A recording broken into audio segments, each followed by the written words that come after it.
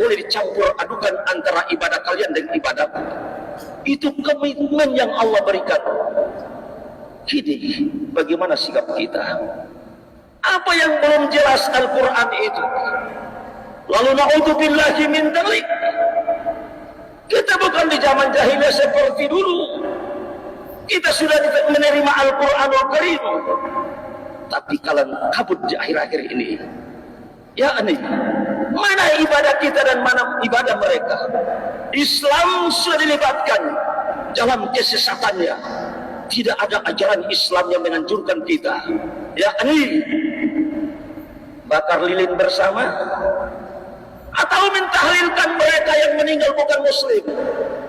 Jangankan itu, ketika mereka meninggal tidak boleh mengucapkan almarhum dan almarhumah, apalagi mengucapkan inna lillahi wa inna ilaihi raji'un. Na'udzubillahi min dzalik. Ini kekeliruan yang besar, harus kita luruskan. Oleh sebab itu jamaah sidang Jumat yang dirahmati Allah, mari kita ingat salah satu peristiwa, yaitu terjadi pada zaman Khalifah Umar bin Khattab radhiyallahu anhu. Ketika itu Umar bin Khattab mengirimkan surat kepada seorang gubernur Kufah, yaitu Abu Musa al-Asy'ari. Beliau panggil dia untuk membawa laporan pengumpulan zakat. Saat gubernur Abu Musa al-Asy'ari datang menghadap Khalifah Umar bin Khattab bersama sekretarisnya, sungguh ketika waktu diserahkan laporan, Khalifah Umar memuji kepada gubernur, yaitu Abu Musa al-Asy'ari. Maka Khalifah Umar berkata, wahai Abu Musa, panggil sekretarismu masuk di Masjid Nabawi dan bacakan laporan tersebut. Apa kata gubernur Abu Musa al-Asy'ari? Wahai al-Khalifah, dia belum bisa masuk masjid.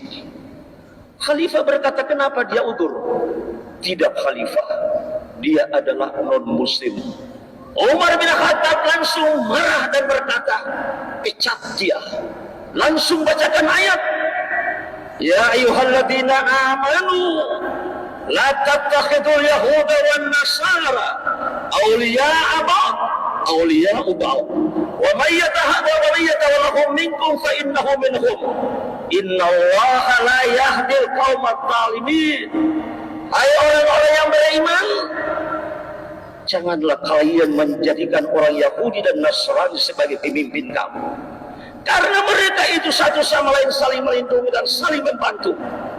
Barang siapa kalian menjadikan mereka sebagai pemimpin kamu, maka kamu termasuk golongan mereka. Sesungguhnya Allah tidak akan memberikan petunjuk kepada orang-orang yang zalim. Peristiwa yang kedua, supaya kita jadikan bahan pemikiran kita, jangan ikuti pikiran kita sendiri. Ketika waktu Raja Persia mati, Rasulullah mendengar Rasulullah bertanya langsung kepada para sahabat-sahabatnya, siapa yang menggantikan Kaisar Persia itu? Para sahabat menjawab, putrinya ya Rasulullah. Nabi langsung menjawab, mereka akan mengalami kemunduran dan kehancuran yang besar. Kenapa demikian? Karena wanita adalah kaum yang lemah.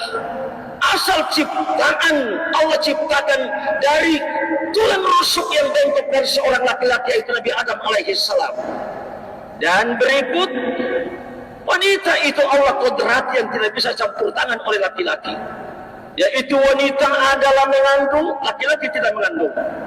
Wanita adalah melahirkan, laki-laki tidak melahirkan. Wanita menyusui anak, laki-laki tidak menyusui. Dan wanita itu membesarkan anak dan mendidik anak. Lalu Nabi sambung lagi, wanita itu lemah akal dan lemah agamanya. Dengan itu jemaah sidang Jumat yang dirahmati Allah, jangan akal-akalan dan jangan mengotak-atik Al-Quran, karena Al-Quran adalah hudan linnas wa bayyinatin minal huda wal furqan.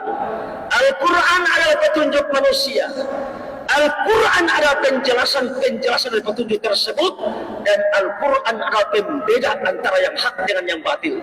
Maka siapa saja orang Islam menantang Al-Quran berarti musuh yang nyata bagi Allah, dan Allah pasti akan tunjukkan sesuatu yang lebih sadis.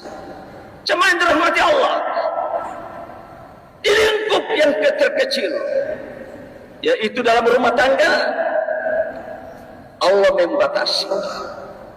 Tidak ada wanita menjadi pemimpin dalam rumah tangga. Dalam Al-Quran surat An-Nisa ayat 34, Ar-rijalu qawwamuna 'alan nisa. Laki-laki itu pemimpin bagi perempuan. Mengapa?